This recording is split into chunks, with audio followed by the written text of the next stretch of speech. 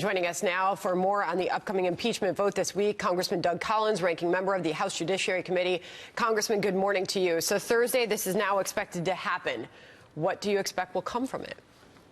Well, good morning to you as well. I mean, here we are again in Washington, D.C., when we should be doing the people's business. And now we've had another change of heart by Speaker Pelosi, who's now decided that everything that they've been doing for the last 3 weeks was wrong. We've been telling them it's wrong. We gave them plenty of notice that it was wrong and not fair to the American people or fair to the president. So now she's decided that the Republicans are really wrong, but we're going to vote to do something. We haven't seen the text yet. In fact, they had to write it all night last night. That shows you how desperate they are. So we'll see what happens on Thursday. This is a sham. It's not. This is something to simply cover their problems that they've had with this investigation all along, putting Adam Schiff in a closed room, leaking out stuff that he wants to leak out, and making it appear to be something it's not. We'll see the Republicans vote against this because, again, you can't fix what the craziness that they've done over the past 3 or 4 weeks to slam this president and do what they have been doing and now try to make it better. This is not a make it better. This is something that they've brought on themselves, and now they're just trying to fix it. So it is your expectation that all Republicans will vote against it? That is my hope, because this is, again, for those of us who've been dealing with this intimately for 10 months, they tried to bring it through Judiciary Committee. They tried to have public hearings. There was nothing there. Mueller showed that. They made all kinds of statements about the president that we proved to be false. So they said, well, this isn't working real well in Judiciary out in the public, so let's take it behind closed doors and only leak out what we want to leak out.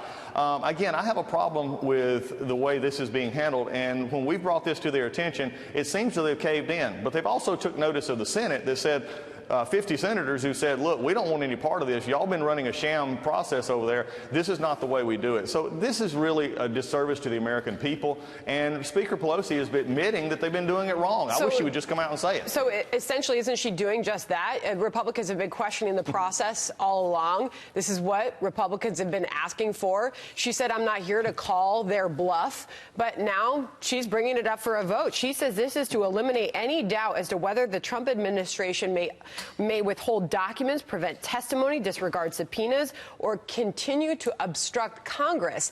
And I want to ask you about that, Congressman, because as we saw yesterday and moving into today, it seems that they're moving forward with that is their best chance at impeachment, the obstruction of Congress. That seems to be the case that they are making.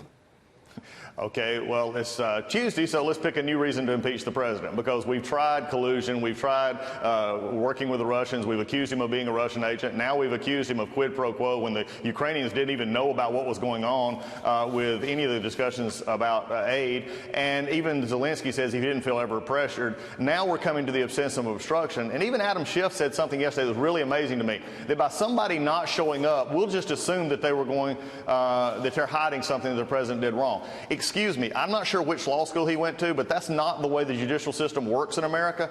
Just because you don't show up because he had legitimate concerns about why he was even being shown up and to find out why he should show up to do this, this is, again, this just shows the hypocrisy of the Democratic Party. Let's hear Adam Schiff in his own words. Here he is making the case that all the blocking of witnesses that we have seen thus far by the White House is strengthening their case for obstruction. Here's Adam Schiff.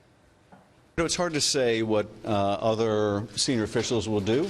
I'm sure they'll get like instructions from the White House. And if they do and they fail to appear, they will be building a very powerful case against the president for obstruction.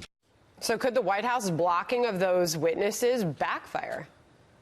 No, I don't. Look, there's nothing you can do right now. Let's make this very clear, Senator. There's nothing that you could do, this White House could do, to make Adam Schiff happy or Nancy Pelosi happy or their base that wants to impeach this president.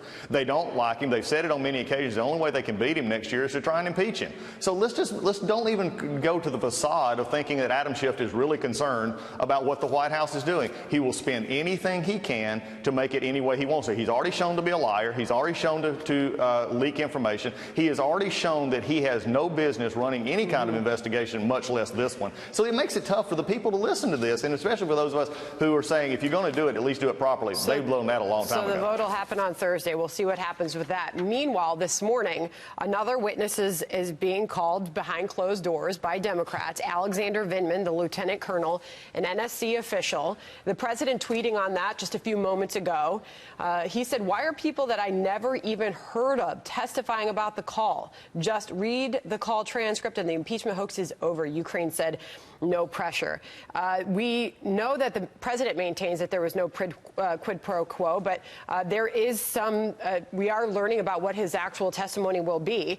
The NSC official, a decorated Iraq war veteran, says he was concerned after listening to the Ukraine call, and he was so concerned that he alerted NSC's lead counsel. He said what he heard he didn't think was proper. Is it fair to hear him out, Congressman? Well, we're going to hear him out. I think two things to point out. What you're getting leaked is an opening statement. I wish that when I was trying cases, or wish when I was in practicing law, that as a defense attorney, or even when I was doing some prosecuting, that I could make my opening statement and then send it right to the jury. Because exactly what happens there, or send it to the people to understand. Because what happens here is the opening statement lays out what he wants to talk about, but it is not cross-examined, it's not questioned.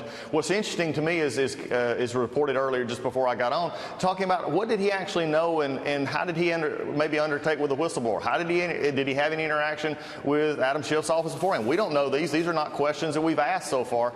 But it's easy to look. You know, I've always heard that the closest to perfect you'll get is your resume. Well, the closest to perfect testimony you'll ever have is an opening statement, because nobody is questioning it. So at this point, and even what was reported earlier, where he began to worry about the political ramifications, again, that's beginning to question the role that he has. So I'm hoping they'll be answered these questions. But again, we're doing it behind closed doors. We'll only leak out what we want to leak out. Adam Schiff only leaks out what he wants to leak out. And that'll be that's happening a problem. behind closed doors any moment now this morning on Capitol Hill. Congressman Doug Collins, appreciate your time this morning. Thank you. It's always good to be with you. Take care.